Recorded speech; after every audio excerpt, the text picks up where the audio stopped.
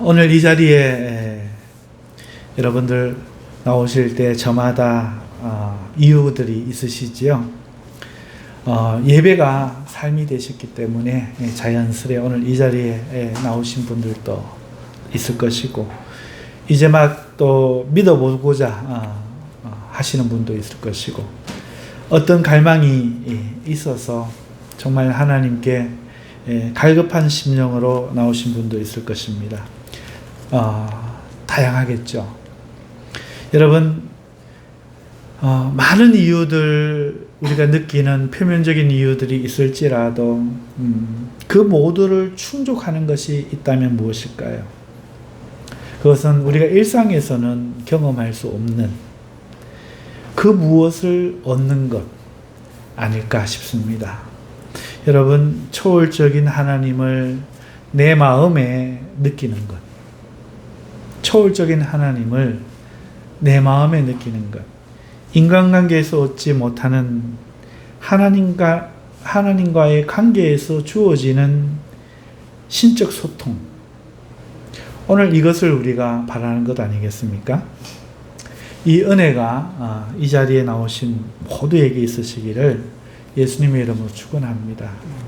우리가 이게 정말 필요하죠.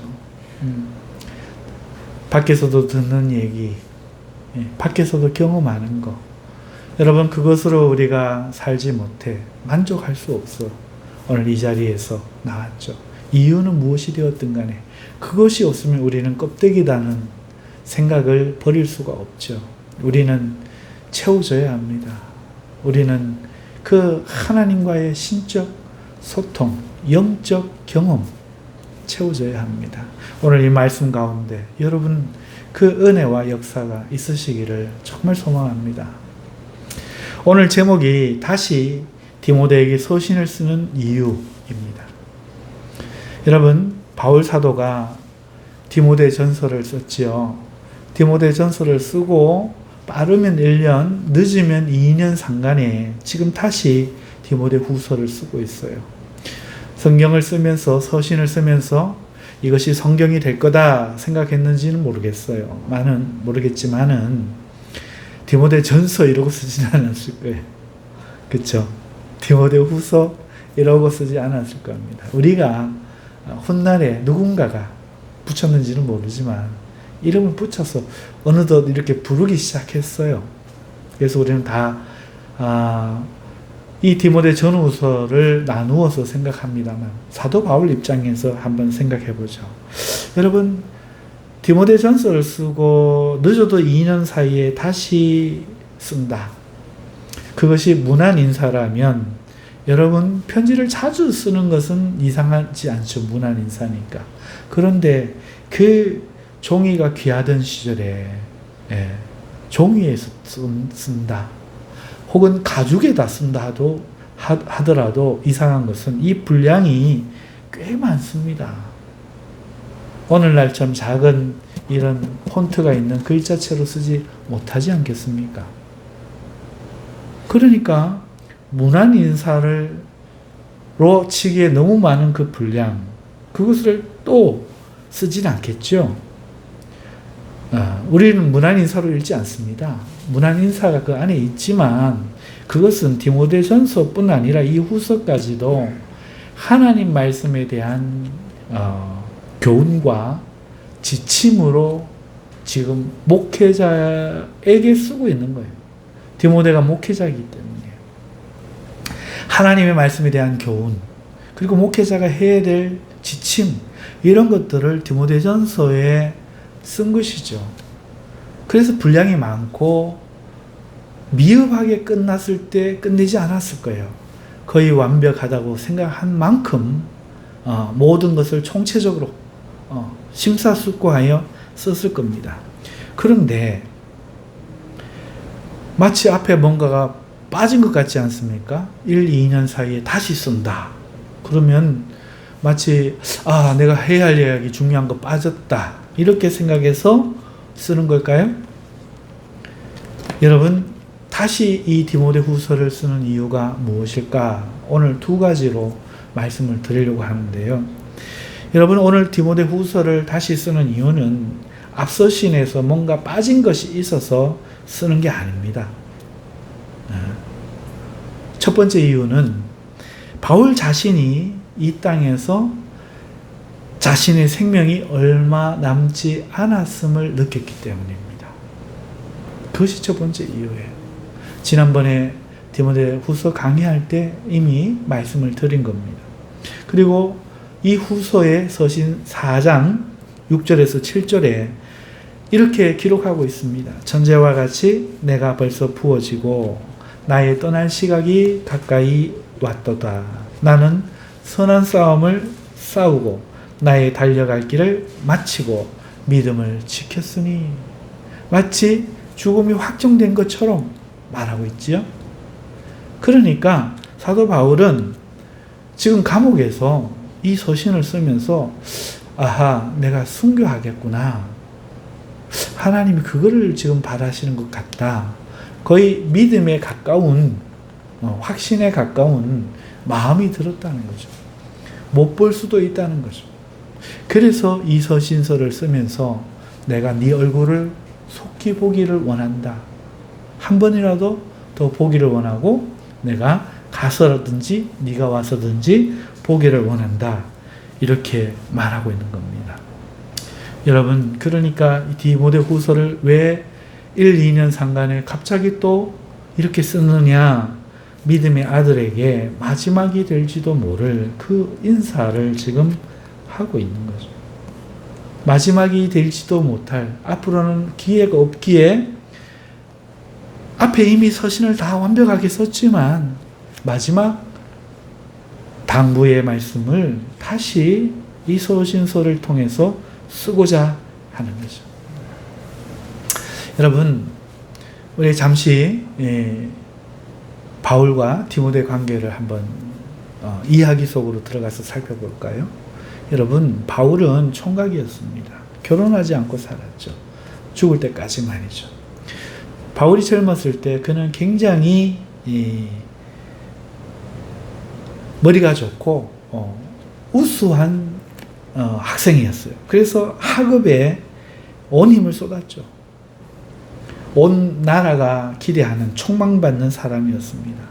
오늘로 비하면 명문대 수석 졸업을 하고 이제 새 출발만 남은 그런 사람이었습니다. 그런데 어느 날 그의 눈에 예수님 믿는 사람들이 눈에 띈 거예요. 바울이 성경에서 이름이 그때는 사울이라고 하고 있으니까 변화되기 하기 전에 사울이라고 하는데 맞는지는 모르겠지만 어찌됐든 바울이 그때 볼 때 예수 믿는 사람들 볼 때 굉장히 안 좋게 보였어요. 그래서 예수님 믿는 사람들을 잡아다가 처형하기를 원했습니다. 출세보다도 내가 이 일을 해야 되겠다. 그만큼 예수님 믿는 사람들을 나쁘게 본 것이죠. 실제로 스데반이라는 사람을 처형하는 일에 주도하고 앞장섰던 사람임을 우리는 성경에서 알고 있습니다. 그렇게 예수님 믿는 사람들을 잡아 죽이려고 애를 쓰다가 예수님을 만나요. 우리 그 얘기 다 알고 계시죠? 여러분, 예수님을 만나고 나니까 자기가 오해했음을 깨닫게 됩니다. 진짜 신이었던 거죠. 신이 아니면 그렇게 만날 수가 없잖아요. 빛 가운데 호련히 나타나신 그 신적인 존재가 내가 네가 박해하는 그 예수다. 말을 할 때에 그는 그제서야 자기가 오해하고 예수님을 박해하고 민족의 하나님이신 그 하나님의 독생하신 예수를 미워하고 그 사람들을 죽이는 참으로 두렵고 놀라운 죄를 지었다는 것을 깨닫게 되고, 그때부터 그가 내 남은 세월을 예수님을 전하는 일에 들어야 되겠다. 예수를 전하는 일에 총력을 다하고 살아야겠다. 이렇게 결심을 합니다. 그게 젊은 날의 바울이었죠. 그렇게 바울은요, 여러분 지금 이제 앞으로 기독교의 중심이 될 그 당시에 지금 땅으로 치면 튀르키예 땅이 굉장히 넓어요. 마게도니아, 에베소, 온갖 소아시아 7교회가 있는 그 땅이 엄청나게 큽니다. 여러분 그 튀르키예 전 지역, 그리고 나아가서 바다를 건너서 그리스, 이탈리아, 또 이쪽 밑에 아프리카에 이르기까지 전 세계를 여행하며 그 시대의 중심에 그 전 세계를 여행하며 예수님을 전하며 살았던 거죠. 참 많이 젊은 사람이 그 고난을 많이 겪었습니다.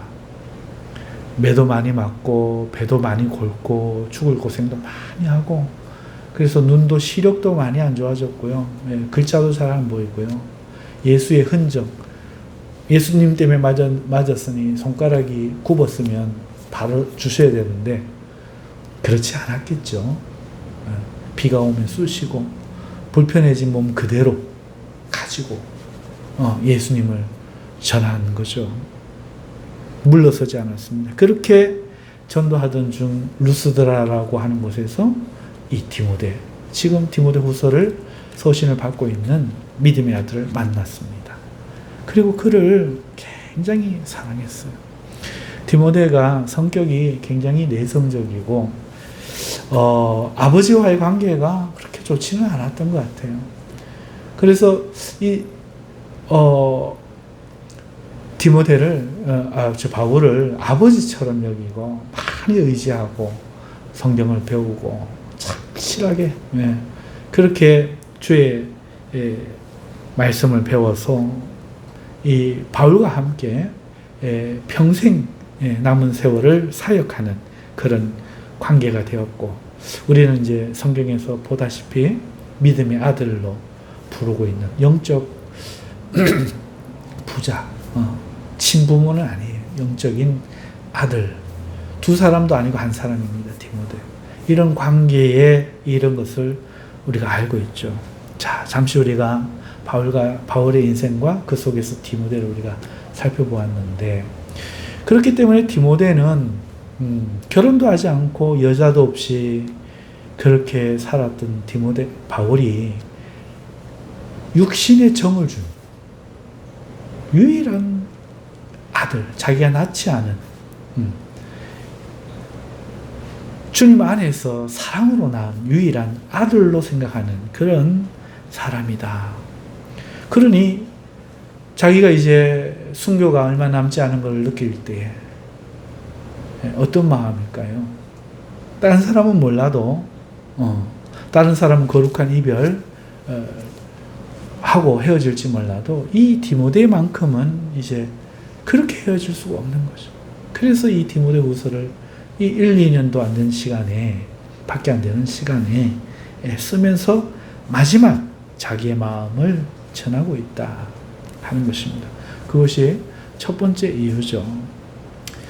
여러분, 이 첫 번째 이유에서 저희가 오늘 여러분들에게 드리고 싶은 말씀은, 우리도 신앙 안에서 여러분 사랑하는 사람을 갖자는 거예요. 여러분, 평생을 우리가 신앙생활을 하는데 사랑한 사람 하나 없이 살아간다는 거.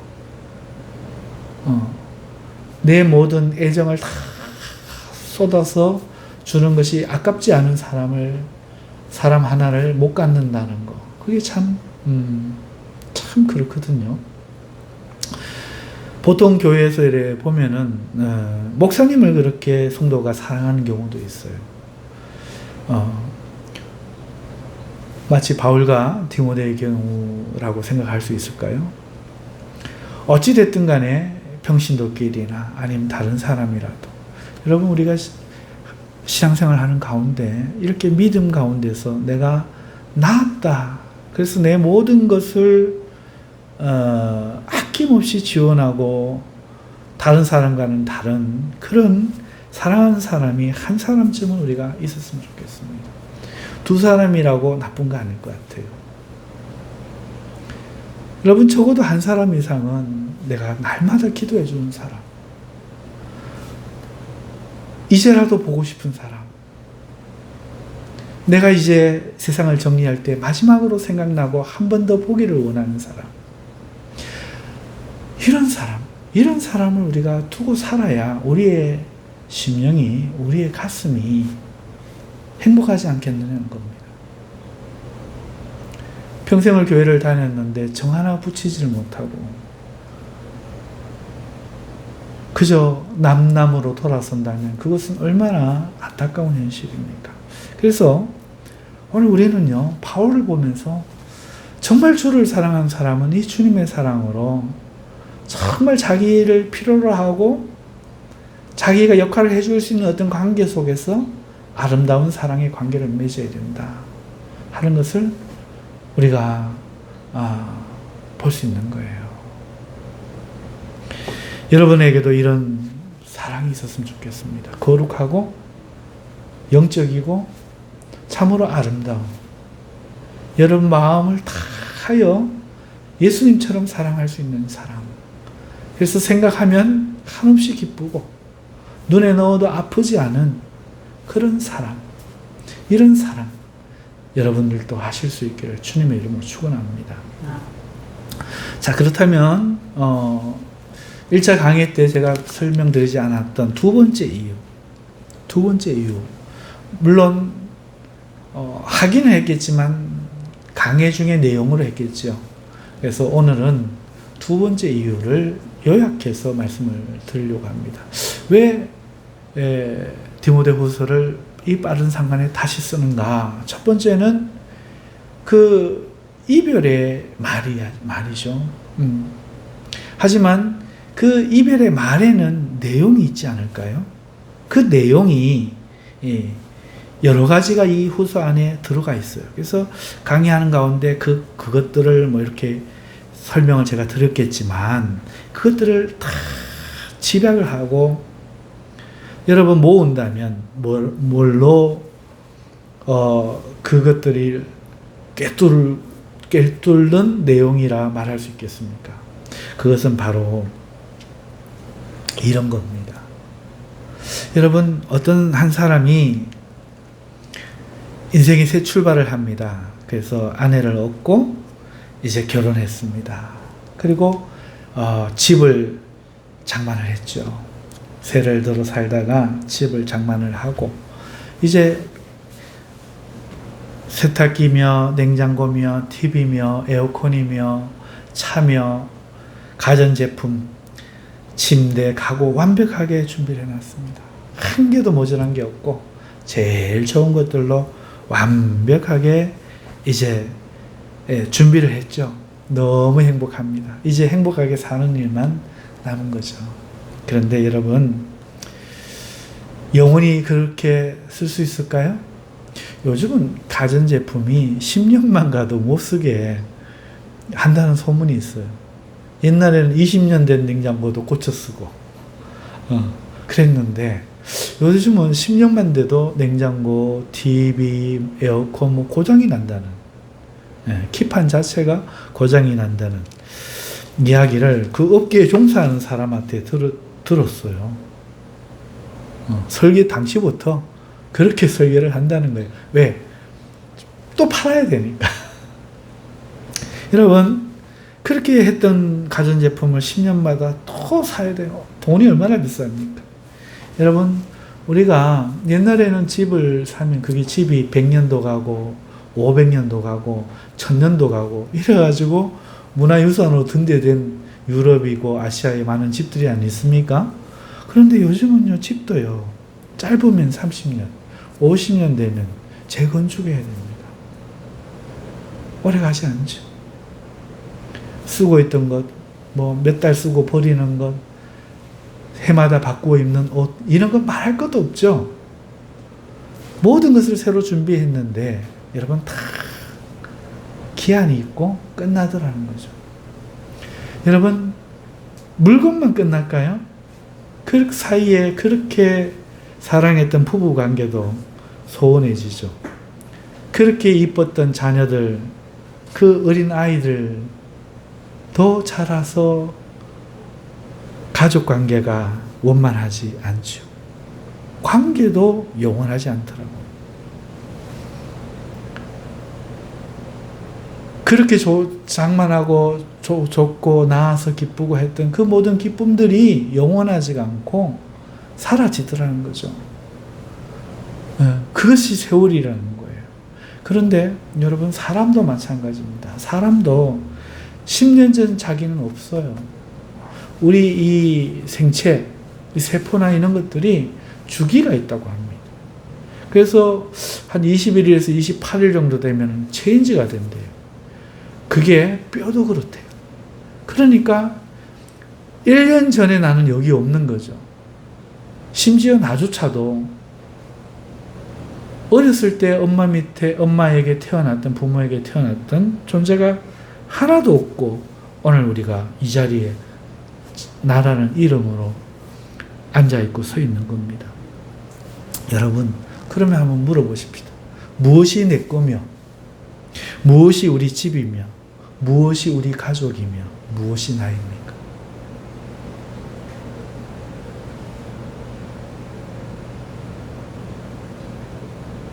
아무것도 없죠. 여러분, 오늘 앉아 계신 이 설교를 들으신 여러분들을 여러분이라고 할 수 있게 만드는 것이 무엇일까요? 생각도 변하죠. 좋아하는 것도 바뀌죠. 입맛도 바뀝니다. 취향도 바뀝니다. 성격도 바뀝니다. 더 이상 어릴 때의 내가 아니죠. 여러분, 무엇이 여러분입니까?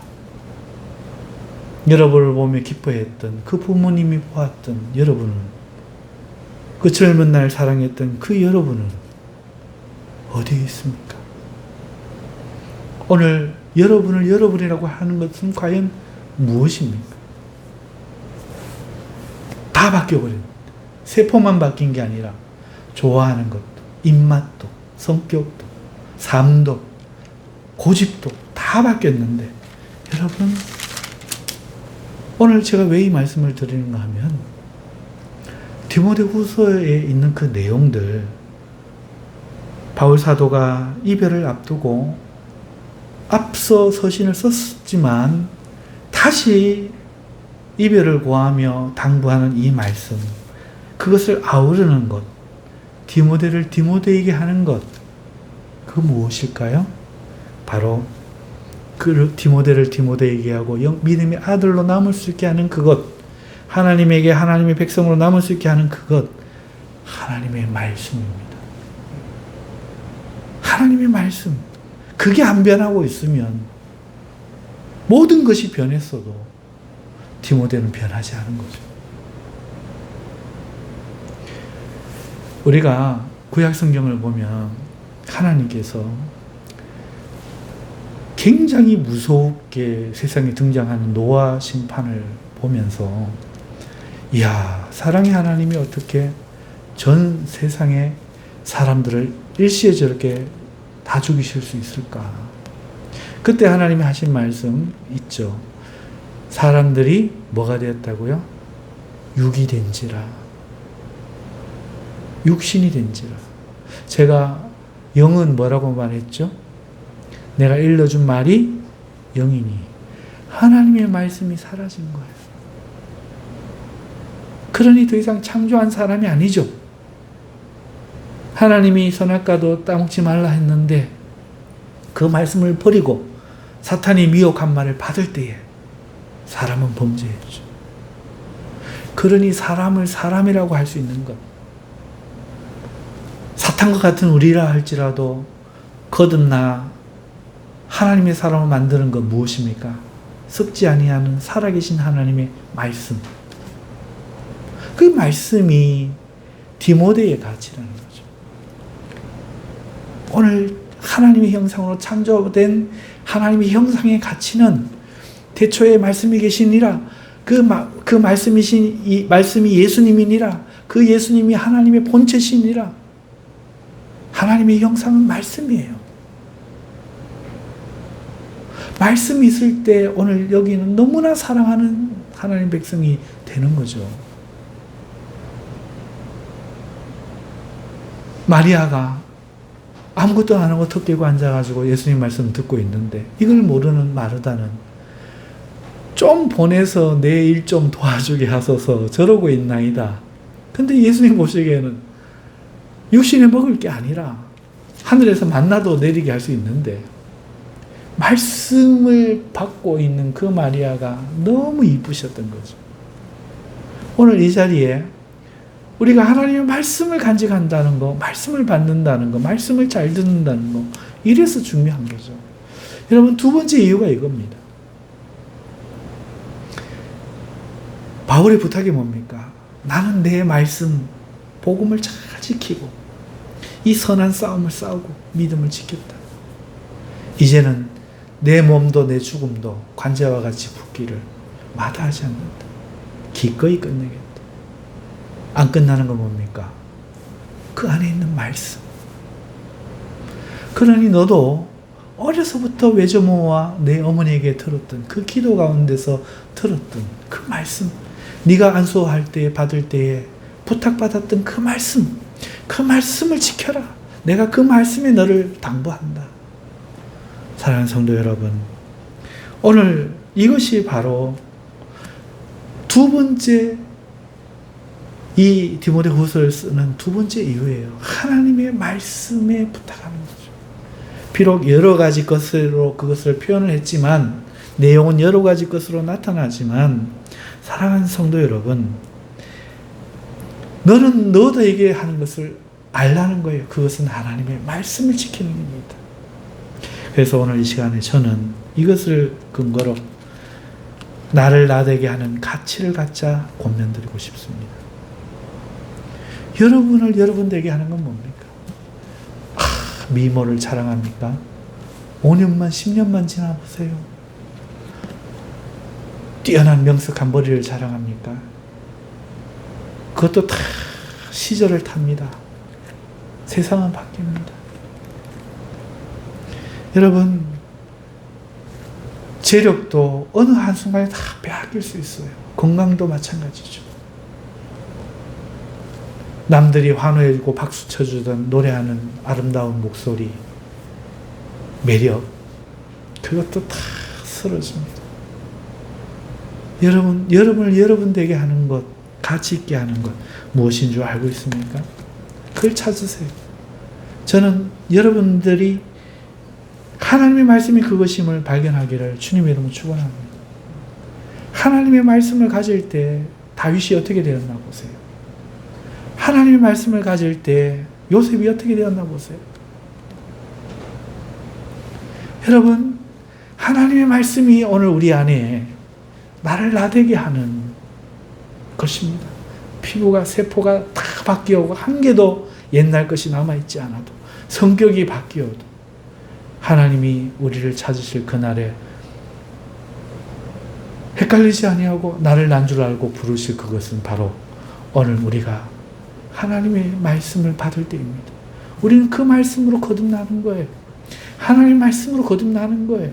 하나님의 말씀이 우리를 하나님의 형상이게 만드는 거예요. 하나님 말씀을 붙들 때 그게 영적인 삶이지, 교회나 다니고 뭐 헌금이나 하고 그것도 해야 됩니다만은 그게 영적인 삶이고, 밖에서 김치찌개 사 먹고 놀러 다니고 하면은 그건 육적인 삶이고 그런 거 아니에요.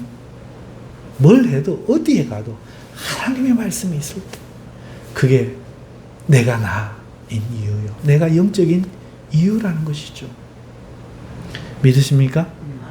그래서 오늘 디모데에게 다시 서신을 쓰는 이유, 첫 번째는 바로 사랑하는 이별을 구하는 것이고, 두 번째는 하나님 말씀을 간직하라는 것인데, 거기에서 저는 여러분들에게 두 가지 권면의 말씀을 드렸습니다. 여러분, 믿음 안에서, 신앙 안에서 여러분의 사랑을 줄 수 있는 사랑하는 사람을 찾읍시다. 그리고 주님처럼, 바울처럼 사랑합시다.